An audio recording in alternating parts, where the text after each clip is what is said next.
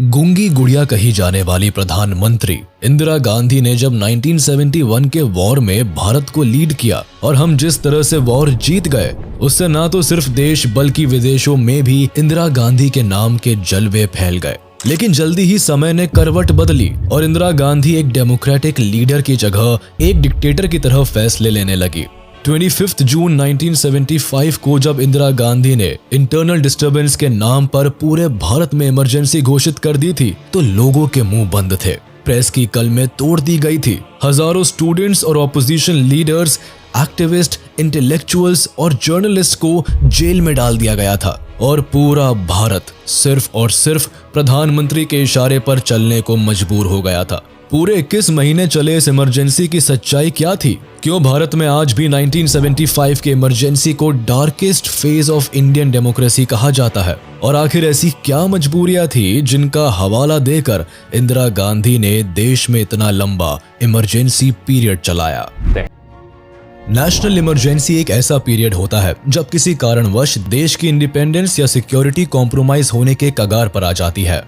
इसके अलावा देश में जब अंदरूनी कारणों से अगर सिविल वॉर या राइट्स जैसे सिचुएशन बनते हैं जिससे देश की सुरक्षा में किसी तरह की दिक्कत होती है, तो ऐसी स्थिति में देश में इमरजेंसी लागू कर दी जाती है। इस दौरान लोगों को स्थिर रखने के लिए और देश में सुरक्षा बहाल रखने के लिए लोगों को ग्रुप्स में इकट्ठा होने से रोक दिया जाता है। कॉन्स्टिट्यूशन के आर्टिकल 352 में इमरजेंसी का प्रोविजन है जिसमें लिखा गया है कि अगर प्रेसिडेंट सहमत है कि देश की सिक्योरिटी एक्सटर्नल एग्रेशन और आर्म रेबेलियन के चलते खतरे में है तो वो नेशनल इमरजेंसी डिक्लेयर कर सकते हैं। हमारे देश में वॉर, एक्सटर्नल एग्रेशन और इंटरनल डिस्टर्बेंस के किसी भी स्थिति को संभालने के लिए कंट्री के प्रेसिडेंट इमरजेंसी लागू कर सकते हैं।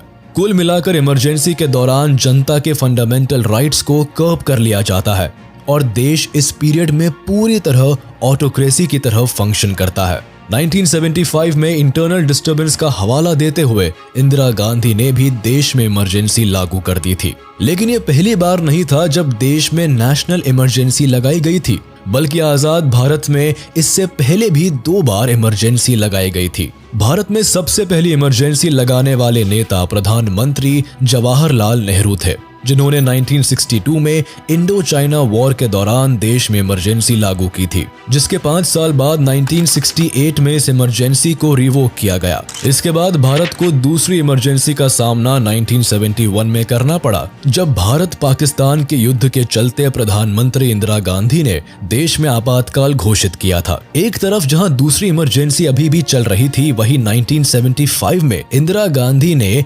इंटरनल डिस्टर्बेंस का हवाला देकर देश में तीसरी इमरजेंसी को भी लागू कर दिया था। इस इमरजेंसी ने भारत के न केवल पॉलिटिकल बल्कि सोशल ग्राउंड को भी बदल दिया था। ये इमरजेंसी पहले 2 इमरजेंसी से बिल्कुल अलग थी, क्योंकि उन 2 इमरजेंसीज को बाहरी आक्रमण के बेसिस पर लागू किया गया था। इसका मतलब था कि उस वक्त भारत चाइना और पाकिस्तान के साथ युद्ध लड़ रहा था, इसलिए लंबे समय तक लागू रहने के बावजूद इसका भारत के आम लोगों पर कोई सीधा प्रभाव नहीं पड़ा था। लेकिन थर्ड इमरजेंसी इंटरनल डिस्टर्बेंस के कारण लागू हुई थी। ये पहला ऐसा आपातकाल था जिसने भारत के आम लोगों को डायरेक्टली प्रभावित किया। लेकिन इस इमरजेंसी को लागू करने के पीछे का कारण क्या रहा? साल 1966 भारत एक ऐसे फेज से गुजर रहा था जब फूड स्टोरेज, बढ़ती बेरोजगारी, लो प्रोडक्टिविटी और बढ़ती गरीबी ने देश की इकोनॉमी को खोखला कर दिया था। साथ ही 1965 की वॉर ने हालत को बद से बदतर बना दिया था। अपने अच्छे दिनों के लिए जहां गरीब जनता भारत सरकार का मुंह देख रही थी, वही प्रधानमंत्री लाल बहादुर शास्त्री के गुजर जाने से ये उम्मीद भी टूटती नजर आ रही थी। इस वक्त देश को जरूरत थी तो एक ऐसे पावरफुल लीडर की जो इंडियन इकोनॉमी को रिवाइव कर सकता था, देश को स्ट्रॉन्ग नेशन के रूप में उभार सकता था। और फिर इंडियन डेमोक्रेसी को साथ मिला इंदिरा गांधी का। प्रधानमंत्री पद पर शपथ लेने वाली ये लेडी न केवल भारत की पहली महिला प्रधानमंत्री बनी, बल्कि इंडिया की second longest serving prime minister बनकर भी उभरी।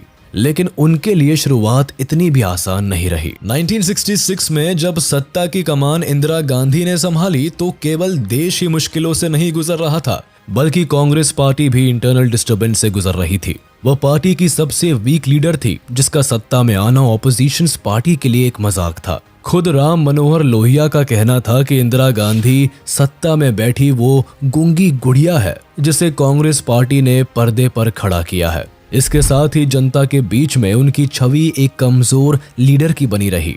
1967 के लोकसभा इलेक्शंस में कांग्रेस पार्टी को जीत तो मिली, लेकिन मेजॉरिटी ऑफ स्टेट्स उनके हाथ से निकल गए।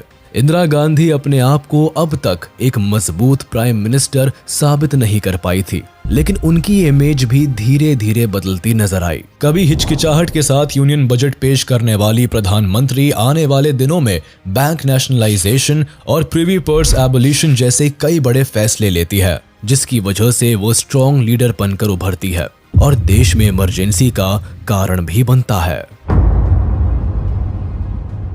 सत्ता में आने के साथ ही इंदिरा गांधी और जुडिशरी के बीच पावर टसल शुरू हो जाता है और उनके पूरे शासन काल में जारी रहता है।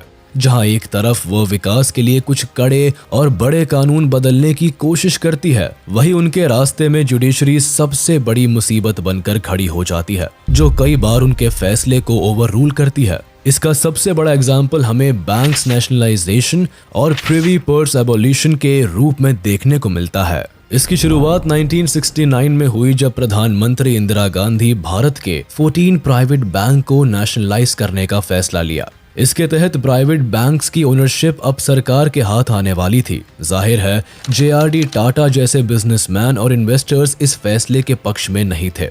इंदिरा गांधी का मानना था कि बैंक्स को नेशनलाइज करने से देश के गरीब वर्ग, छोटे किसान और आम जनता को भी इसका फायदा मिलेगा, जो कि एक प्राइवेट कंपनी नहीं कर सकती। बैंकों को नेशनलाइज करने की होड़ में जब सरकार को आभास हुआ कि पार्लियामेंट सेशन शुरू होते ही इस ऑर्डिनेंस को पास करने में मुसीबतें आ सकती है, तब जल्दबाजी में ऑर्डिनेंस को ड्राफ्ट किया जाता है और प्रेसिडेंट के ऑफिस छोड़ने से पहले ही रातों रात इसे साइन कराया जाता है, जिससे central bank of India, Punjab national bank, bank of Baroda, Indian bank, Allahabad bank जैसे बैंक नेशनलाइज हो जाते हैं। ये कानून जहां आम जनता के वेलफेयर के लिए लागू किया जाता है, वही शेयर होल्डर्स और प्राइवेट बैंक ओनर्स इस कानून के खिलाफ खड़े नजर आते हैं। इनमें सेंट्रल बैंक ऑफ इंडिया के शेयर होल्डर्स RC कूपर अपनी आवाज उठाने के लिए सुप्रीम कोर्ट का दरवाजा खटखटाते हैं, जहां सुप्रीम कोर्ट भी RC कूपर का साथ देते हुए ये कहती नजर आती है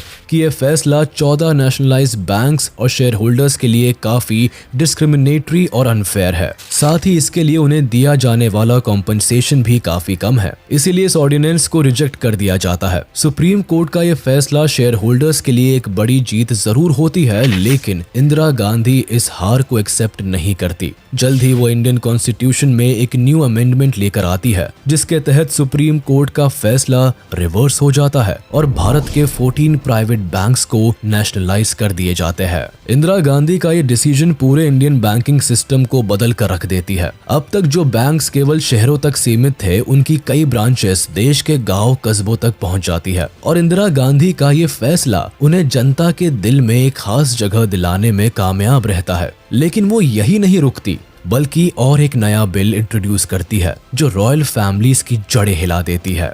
1971 में Indira Gandhi privy purse abolition पर जोर देती है। ये खास तरह की पेमेंट थी जो सरकार प्रिंसली स्टेट्स की रॉयल फैमिलीज को देती थी। 1947 में जब देश को आजादी मिली थी, तब इंडिया में जुड़ने वाली प्रिंसली स्टेट्स की रॉयल फैमिलीज के लिए सरकार की तरफ से एक पेमेंट की गारंटी दी गई थी। लेकिन इंदिरा गांधी इस एग्रीमेंट को दूसरी नजर से देखती है। उनकी नजर में ये एक स्पेशल प्रिविलेज था जो भारत के प्रिंसिपल ऑफ इक्वालिटी और सोशल इकोनॉमिक जस्टिस से मेल नहीं खाता था। इसीलिए उनका मानना था कि इस स्पेशल प्रिविलेज को एबॉलिश करना जरूरी है। इसी मकसद से privy purse abolition bill Congress party introduce करती है, लेकिन इस बिल को राज्यसभा में मंजूरी नहीं मिलती। इससे इंदिरा गांधी सरकार की मुश्किलें बढ़ती जरूर है, लेकिन वह अपने इरादों से पीछे नहीं हटती। 1971 इलेक्शंस के दौरान भी वह प्रिवी पर्स एबोलिशन पर जोर देती है। उनके इस थॉट को भारी पब्लिक सपोर्ट भी मिलता है। जल्दी ही सरकार एक नया प्रोक्लेमेशन लेकर आती है जिसके तहत प्रिंसली स्टेट्स को रिकॉग्नाइज करना ही बंद कर दिया जाता है। देश में किसी भी रॉयल फैमिलीज को रिकॉग्निशन नहीं दी जाती, जिससे प्रिवी पर्स की जरूरत ही नहीं पड़ती। भारत सरकार की इस एक्ट से रॉयल फैमिलीज में खास नाराजगी देखने को मिलती है। जल्द ही ये बात सुप्रीम कोर्ट तक पहुंचती है और वो इस प्रोक्लेमेशन को नल एंड वॉइड घोषित कर देती है। इंदिरा गांधी के फैसले को सुप्रीम कोर्ट खारिज कर देता है, लेकिन इंदिरा गांधी को सुप्रीम कोर्ट का ये फैसला जरा भी रास नहीं आता। इसीलिए वह जुडिशियल ऑब्स्टिकल से बचने के लिए कॉन्स्टिट्यूशनल अमेंडमेंट का सहारा लेती है और इसी के तहत इंदिरा गांधी सुप्रीम कोर्ट के फैसले को एक न्यू कॉन्स्टिट्यूशनल अमेंडमेंट से रिवर्स कर देती है। इस अमेंडमेंट में साफ कर दिया जाता है कि प्रिवी पर्स को पूरी तरह से अबॉलिश कर दिया जाएगा। इस फैसले को आम जनता का साथ तो मिलता है, लेकिन रॉयल फैमिलीज पर यह फैसला बिजली की तरह गिरता है और वो अपनी नाराजगी जाहिर करने में भी पीछे नहीं रहते। इन अमेंडमेंट से इंदिरा गांधी आम जनता में छा जाती है। जिस प्रधानमंत्री को ऑपोजिशन कांग्रेस की कठपुतली समझते थे, अब वो लोगों के दिलों में अपनी जगह बनाने में कामयाब रहती है। खास तौर पर गरीब, दलित, महिलाएं और माइनॉरिटीज इंदिरा गांधी के सपोर्ट में होते हैं। अपने इलेक्शन कैंपेनिंग में वो गरीबी हटाओ जैसे पावरफुल स्लोगन देती नजर आती है। फिर 5 नवंबर 1971 को इंदिरा सरकार 24th कॉन्स्टिट्यूशनल अमेंडमेंट लेकर आती है। इसमें कहा जाता है कि सरकार कॉन्स्टिट्यूशन के किसी भी पार्ट में चेंजेस ला सकती है और 20th अप्रैल 1972 को वो 25th कॉन्स्टिट्यूशनल अमेंडमेंट लेकर आती है, जिसमें ये कहा जाता है कि पब्लिक यूज के लिए अगर सरकार किसी भी प्राइवेट प्रॉपर्टी को जब्त करती है तो उसके लिए दिए जाने वाले कंपनसेशन का अमाउंट भी सरकार ही तय करेगी और उसमें कोर्ट किसी भी तरह का इंटरफेरेंस नहीं कर सकती। लेकिन सरकार के इस अमेंडमेंट पर केशवानंद भारती केस का साया छा जाता है और इंदिरा गांधी के इस अमेंडमेंट को भी सुप्रीम कोर्ट में चैलेंज किया जाता है। दरअसल 1969 में केरल सरकार 2 भूमि सुधार कानून लागू करती है। इस कानून के मुताबिक सरकार मठों के लैंड को जब्त करने का फैसला सुनाती है, लेकिन इसके खिलाफ एडनीर मठ के हेड केशवानंद भारती अपनी आवाज उठाते हैं और आर्टिकल 26 का हवाला देते हुए ये कहते हैं कि संविधान के अनुसार धर्म के प्रचार के लिए मठ, ऑर्गेनाइजेशन और इंस्टीट्यूशन बनाने का अधिकार लोगों को दिया गया है।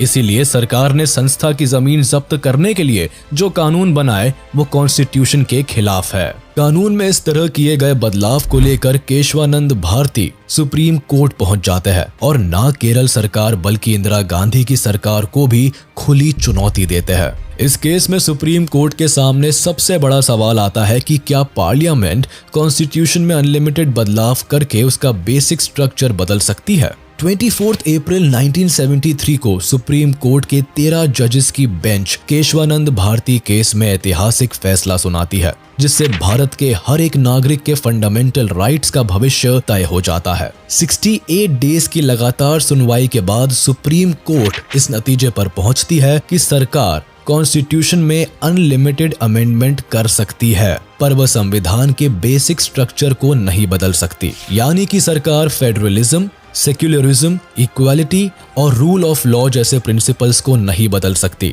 हालांकि बेसिक स्ट्रक्चर केस के हिसाब से डिसाइड हो सकता है। इस फैसले से जुडिशरी की पावर रिस्टोर जरूर हो जाती है, लेकिन इंदिरा गांधी और जुडिशरी के बीच डिसएग्रीमेंट की खाई और बढ़ जाती है और दोनों के बीच ये पावर टसल आगे भी जारी रहता है।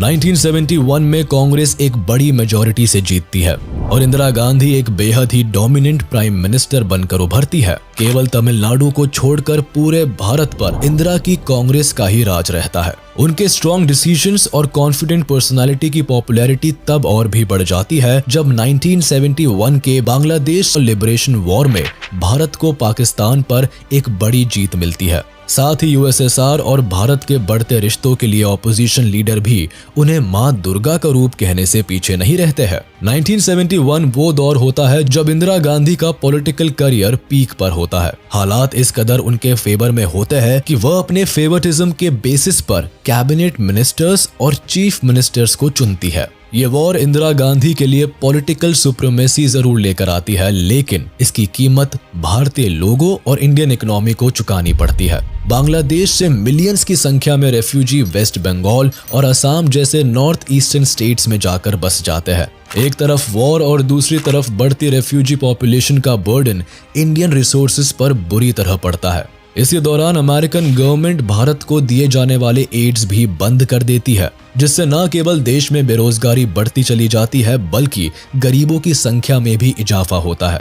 फूड प्राइसेस तेजी से बढ़ते हैं, देश इन्फ्लेशन की चपेट में आ जाता है और कारोबारियों को मंदी का सामना करना पड़ता है। साथ ही फेल्ड मॉनसून के चलते एग्रीकल्चरल प्रोडक्टिविटी कम हो जाती है। इंडियन इकोनॉमी के लिए हालात तब और बुरे हो जाते हैं जब लोगों के लिए जरूरत की चीजें खरीदना मुश्किल हो जाता है। ऐसे में इंदिरा गांधी सरकार के लिए गरीबी हटाना भी मुश्किल बन जाता है। इस बीच कांग्रेस पार्टी में भी करप्शन बढ़ने लगता है। कुछ यही हाल स्टेट गवर्नमेंट्स का भी होता है, जिसमें करप्शन तेजी से बढ़ता है। इन सब के बीच 1973 में सिचुएशन तब बदल जाती है जब दुनिया भर में ऑयल क्राइसिस देखने को मिलता है। इंडियन इकोनॉमी पर इसके वर्स्ट इफेक्ट्स देखने को मिलते हैं। इसका सीधा असर आम आदमी की जेब पर पड़ता है। इस बीच पॉलिटिकल करप्शन आसमान छूने लगता है। 1974 में गुजरात के चीफ मिनिस्टर चिमनभाई पटेल का एक बड़ा घोटाला सामने आता है। एक तरफ जहां उन पर करप्शन के संगीन चार्जेस लगते हैं, वहीं दूसरी तरफ हाई प्राइस ऑफ फूड के चलते मिडिल क्लास लोग पहले ही क्राइसिस से गुजर रहे होते हैं। 20 दिसंबर 1973 को एलडी कॉलेज ऑफ इंजीनियरिंग के स्टूडेंट्स हॉस्टल फूड फीस में 20% हाइक के चलते हड़ताल पर उतर आते हैं। ऐसी ही एक हड़ताल 3 जनवरी 1974 को गुजरात यूनिवर्सिटी में भी होती है, जो कि स्टूडेंट और पुलिस के बीच क्लैश में बदल जाती है। इस क्लैश की आग धीरे धीरे पूरे गुजरात में फैल जाती है और सभी स्टूडेंट्स भड़क उठते हैं। आगे फूड और एजुकेशन को लेकर गुजरात के कई एजुकेशनल इंस्टीट्यूशन स्ट्राइक पर उतर आते हैं और इस स्ट्राइक को अहमदाबाद में मिडिल क्लास पीपल और फैक्ट्री वर्कर्स का भी साथ मिलता है और आगे चलकर प्रोफेशनल्स और लॉयर्स भी स्ट्राइक का हिस्सा बन जाते हैं। इस मूवमेंट को नव निर्माण मूवमेंट कहकर बुलाया जाता है। लोग डिमांड करते हैं कि गुजरात स्टेट गवर्नमेंट को डिसॉल्व कर दिया जाए और मुख्यमंत्री चिमनभाई पटेल अपने पद से रिजाइन कर दे। प्रेशराइज होकर इंदिरा गांधी को भी जनता की डिमांड को मानना पड़ता है और चिमनभाई पटेल को 9 फरवरी 1974 को अपना मुख्यमंत्री का पद छोड़ना पड़ता है। इसी के साथ गुजरात की स्टेट असेंबली को भी भंग कर दिया जाता है और गुजरात में प्रेसिडेंट्स रूल लग जाता है। गुजरात का प्रोटेस्ट जल्द ही बिहार भी पहुंच जाता है। बिहार में प्रोटेस्ट की चिंगारी की हवा देने का काम एक्टिविस्ट जयप्रकाश नारायण करते हैं। इसीलिए आगे चलकर इस प्रोटेस्ट को जेपी मूवमेंट कहकर भी बुलाया जाता है। दरअसल जब नव निर्माण मूवमेंट की वजह से चिमनभाई पटेल अपने पद से रिजाइन कर देते हैं, तब मोटिवेटेड होकर बिहार में भी स्टूडेंट्स करप्शन के खिलाफ अपनी प्रोटेस्ट की जंग छेड़ देते हैं। 18 फरवरी 1974 को पटना यूनिवर्सिटी के स्टूडेंट एक बड़ा कन्वेंशन बुलाते हैं, जिसमें स्टेट्स के सभी स्टूडेंट लीडर्स को इनवाइट किया जाता है। ये सभी स्टूडेंट मिलकर बिहार छात्र संघर्ष समिति का गठन करते हैं, जिसका प्रेसिडेंट लालू प्रसाद यादव को चुना जाता है। 18 मार्च 1974 को जब बिहार लेजिस्लेटिव असेंबली में बजट सेशन चल रहा होता है, तभी बिहार छात्र संघर्ष समिति बिहार विधानसभा का घेराव कर लेती है। विधानसभा की सभी सड़कों को बंद कर दिया जाता है। गवर्नमेंट प्रॉपर्टीज और टेलीफोन एक्सचेंज को नुकसान पहुंचाया जाता है और एजुकेशन मिनिस्टर रामानंद सिंह के रेजिडेंस पर आग लगा दी जाती है। इससे पुलिस और स्टूडेंट के बीच प्रोटेस्ट वायलेंट हो जाता है। पूरे राज्य में हजारों स्टूडेंट्स कांग्रेस पार्टी के करप्शन का विरोध जताने के लिए सड़कों पर उतर आते हैं और इन प्रोटेस्ट को freedom fighters and activist Jayaprakash Narayan के द्वारा लीड किया जाता है। जेपी नारायण बिहार से निकली विरोध की आग पूरे देश में फैला देते हैं। पटना की सड़कों पर वो एक बड़े जुलूस को लीड करते हैं और करप्शन के लिए इंदिरा गांधी सरकार को खुलेआम दोषी ठहराते हैं। अपने इस प्रोटेस्ट को वो सरकार के खिलाफ संपूर्ण क्रांति का नाम देते हैं और स्टूडेंट से अपील करते हैं कि वह इस मास मूवमेंट में शामिल हो। जेपी नारायण नॉर्थ इंडिया के बड़े हिस्से का दौरा भी करते हैं और स्टूडेंट्स, ट्रेडर्स, और इंटेलेक्चुअल्स के एक सेक्शन को अपने आंदोलन की ओर आकर्षित करते हैं। करप्शन के खिलाफ बिहार का ये मूवमेंट सत्याग्रह मूवमेंट में बदल जाता है। जगह जगह हो रहे इन नॉन वायलेंट प्रोटेस्ट का केवल एक ही मकसद होता है और वो था बिहार स्टेट गवर्नमेंट को डिसॉल्व करना और स्टेट सीएम का रेजिग्नेशन। लेकिन इंदिरा गांधी अपने फैसले पर अडिग रहती है और एक भीषण विरोध के बाद भी बिहार के चीफ मिनिस्टर अब्दुल गफूर अपनी सीट पर काबिज रहते हैं। जब बिहार आंदोलनों की आग में जल रहा होता है तब इस प्रोटेस्ट का असर रेलवेज वर्कर्स में भी देखने को मिलता है। Better working conditions, better working hours और सैलरी में बढ़त को लेकर रेलवे वर्कर्स में भी इस कदर एजिटेशन भरी होती है कि 8 मई 1974 को कई रेलवे वर्कर्स रेलवे स्ट्राइक पर चले जाते हैं। आगे ये स्ट्राइक 3 हफ्तों तक जारी रहती है और इसे समाजवादी and trade union leader George Fernandes द्वारा लीड किया जाता है। इस प्रोटेस्ट में 17 लाख से भी ज्यादा रेलवेज वर्कर्स हिस्सा लेते हैं और इसका नतीजा ये निकलता है कि 3 हफ्तों के लिए रेलवेज पूरी तरह से बंद पड़ जाती है। इससे न केवल इकोनॉमी पर स्ट्रेन पड़ता है बल्कि इंदिरा सरकार पर भी प्रेशर डेवलप होता है। देश के कोने कोने में कांग्रेस गवर्नमेंट के खिलाफ हो रहे ये प्रोटेस्ट सबूत होता है कि ये पॉलिटिकल पार्टी अपनी लेगेसी खो रही है। लेकिन इंदिरा गांधी 1 साल तक चले इस प्रोटेस्ट के बाद भी बिहार की सरकार को डिसॉल्व नहीं करती है, बल्कि देश में हो रहे इन मूवमेंट्स को वो एंटी नेशनल करार देती है और पब्लिक की बात मानने से इनकार कर देती है। इंदिरा गांधी को सबसे बड़ा झटका तब लगता है जब इलाहाबाद हाई कोर्ट मार्च 1975 में उन्हें इलेक्शन फ्रॉड एलिगेशंस में दोषी करार दिया जाता है। ये मामला 1971 के इलेक्शन से जुड़ा होता है। इंदिरा गांधी पर आरोप लगता है कि 1971 में उन्होंने इलेक्शन सीट जीतने के लिए इलेक्शन माल प्रैक्टिस का सहारा लिया। ये आरोप सोशल कैंडिडेट राज नारायण लगाते हैं जो 1971 में इंदिरा गांधी के खिलाफ रायबरेली की सीट से इलेक्शन में खड़े हुए थे। राज नारायण चुनाव जरूर हार जाते हैं लेकिन अपने साथ हुए इनजस्टिस के खिलाफ वह पिटीशन फाइल करते हैं और ये आरोप लगाने से नहीं चूकते कि इंदिरा गांधी ने अपनी इलेक्शन कैंपेनिंग के लिए गवर्नमेंट रिसोर्सेज का इस्तेमाल किया, बैलेंस को मैनिपुलेट किया, इलेक्शंस में करप्शन किया और गलत तरीके से जीत हासिल की। कुल 14 एलिगेशंस इंदिरा गांधी पर लगाए जाते हैं।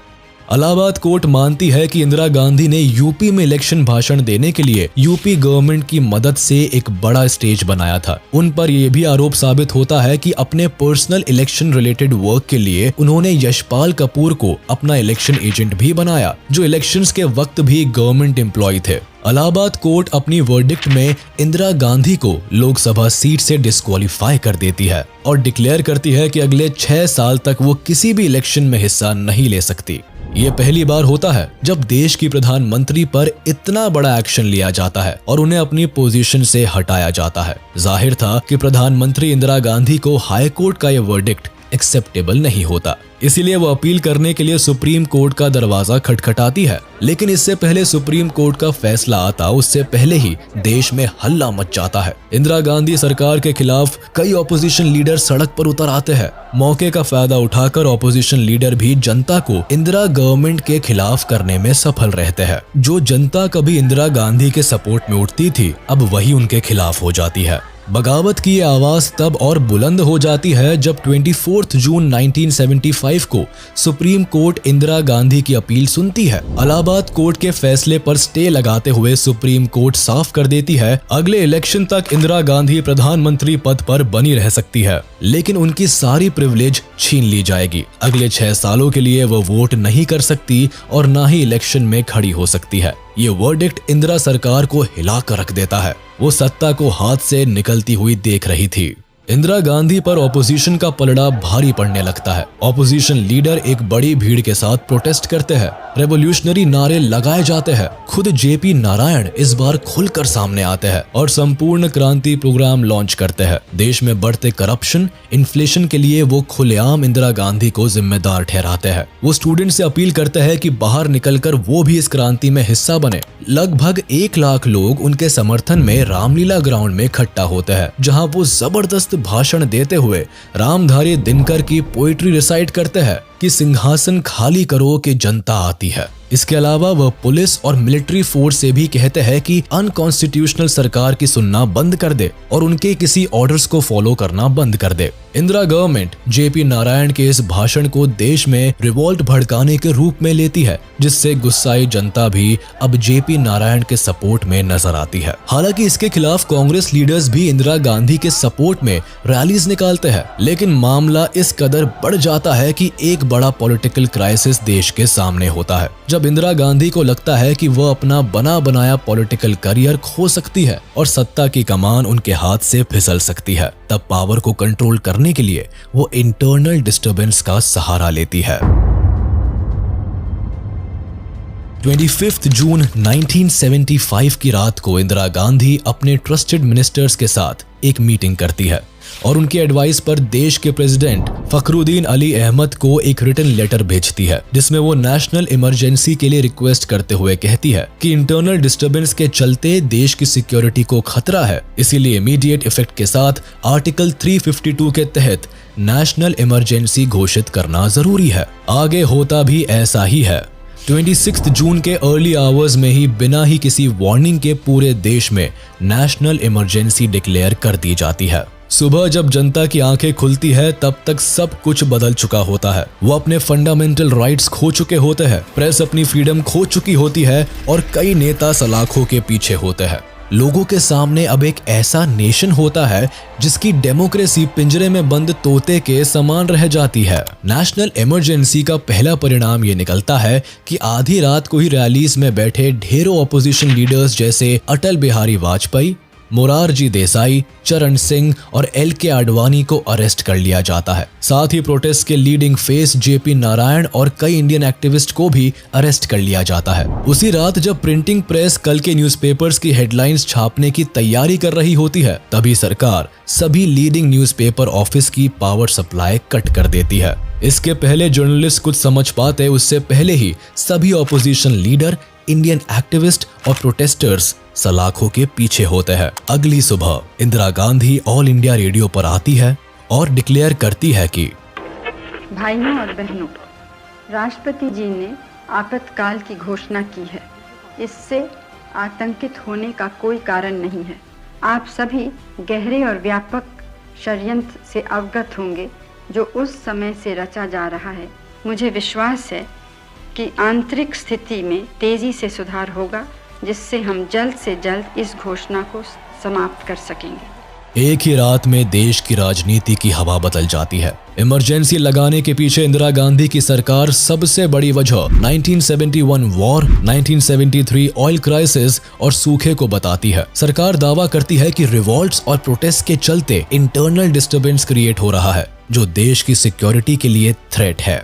इमरजेंसी की आड़ में इंदिरा गांधी पॉलिटिकल पावर को तो कंट्रोल कर लेती है, लेकिन इसके लिए पब्लिक को एक बड़ी कीमत चुकानी पड़ती है। इंडिया एक बड़े कॉन्स्टिट्यूशनल क्राइसिस में फंस जाता है। फंडामेंटल राइट के सस्पेंशन से ना तो जनता के पास सरकार से सवाल पूछने की आजादी बचती है और ना ही अन्याय के खिलाफ वो अपनी आवाज उठा पाते हैं। फ्रीडम ऑफ स्पीच के सस्पेंशन से 2 दिन तक प्रिंटिंग प्रेस पर रेड पड़ती रहती है और न्यूज़पेपर सर्कुलेशन को पूरी तरह से कट ऑफ कर दिया जाता है। Indira Gandhi government newspaper journalist और एडिटर्स के लिए कुछ ग्राउंड रूल्स और गाइडलाइंस सेट करती है। जर्नलिस्ट को और इंस्ट्रक्शन दिए जाते हैं कि कुछ भी छापने से पहले चीफ प्रेस एडवाइजर की परमिशन लेना जरूरी है। मेन स्ट्रीम मीडिया पर इमरजेंसी की ऐसी मार पड़ती है कि मई 1976 तक लगभग 7000 जर्नलिस्ट को जेल में डाल दिया जाता है। इसके खिलाफ विरोध जताने के लिए इंडियन एक्सप्रेस और स्टेट्समैन जैसे कुछ बड़े न्यूज़पेपर्स एक नया तरीका अपनाते हैं। वो कुछ लिखने के बजाय अपने एडिटोरियल पेज को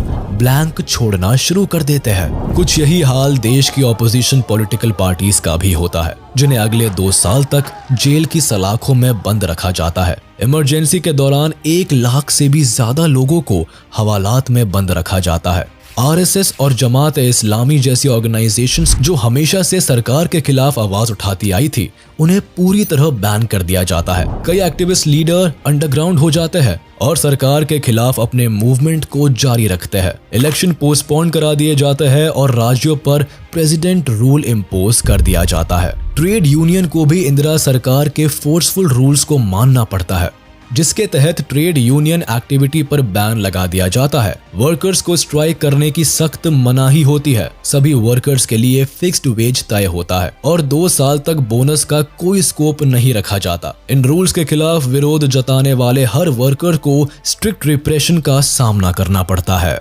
एक तरफ जहां सरकार जनता की आवाज को हर तरफ से बंद कर देती है, वहीं दूसरी तरफ विकास और इकोनॉमिक प्रोग्राम की आड़ में इंदिरा सरकार कई ऐसे प्रोग्राम इंट्रोड्यूस करती है जो जनता के दिलों में सरकार के लिए नफरत भर देती है। इसमें सबसे बड़ा प्रोग्राम मास स्टेरिलाइजेशन का होता है, जिसे इंदिरा गांधी के बेटे संजय गांधी द्वारा 5 पॉइंट प्रोग्राम के तहत इंट्रोड्यूस किया जाता है। कांग्रेस पार्टी का एक सक्सेसफुल नेता बनने की होड़ में संजय गांधी एक 5 पॉइंट प्रोग्राम अनाउंस करते हैं, जिसका मकसद वो family planning, population control, dowry और कास्ट सिस्टम को जड़ से खत्म करना बताते हैं। लेकिन जनता का नेता बनने के बजाय वो ऐसे तानाशाह बनकर उभरते हैं जिससे जनता उन्हें एक्सट्रीम हेट करने लगती है, और इसकी वजह उनका फोर्सफुल मास स्टेरिलाइजेशन प्रोग्राम होता है।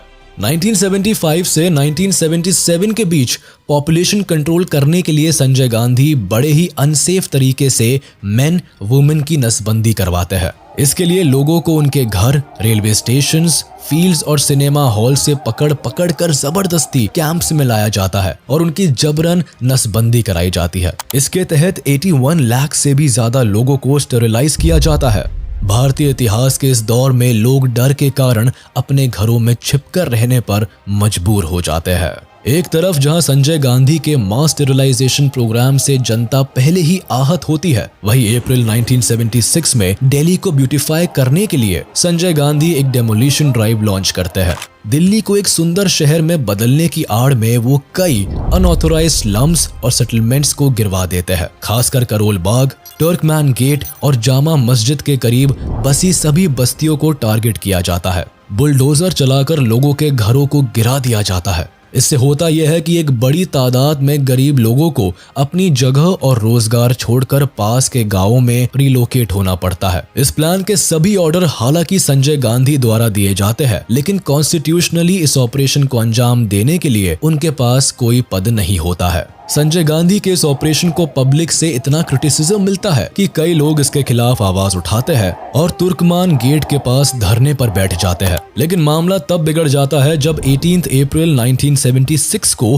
पुलिस तुर्कमान गेट पर धरने पर बैठे लोगों पर ओपन फायर कर देती है। बुलडोजर से कई लोगों के घर और दुकानें गिरा दी जाती है। जो लोग इसके खिलाफ आवाज उठाते हैं, पुलिस उन पर गोली चला देती है। करीब 20 लोग मारे जाते हैं और कई लोग घायल हो जाते हैं। सत्ता के दम पर इंदिरा गांधी सरकार न केवल जनता की आवाज को दबा देती है, बल्कि कई ऐसे कॉन्स्टिट्यूशनल अमेंडमेंट भी करती है जो उनके हाथ में बड़ी पावर देती है। इस बीच वो agricultural production, public service improve करने के लिए कई प्लान्स भी बनाती है, लेकिन नॉन कांग्रेसी हवा देश में आग की तरह फैल जाती है। ऊपर से इंदिरा गांधी जेल में बंद जॉर्ज फर्नांडिस और कई लीडर्स पर क्रिमिनल केसेस भी लॉन्च करती है, जिससे जनता में सरकार की इमेज गिरती चली जाती है। इसके विपरीत जेल में रहने के बाद भी लोगों के दिलों में जेपी नारायण हीरो बनकर उभरते हैं। लोग मोरारजी देसाई, अटल बिहारी वाजपेयी, LK आडवाणी और चरण सिंह जैसे लीडर्स में अपना फ्यूचर लीडर देखने लगते हैं।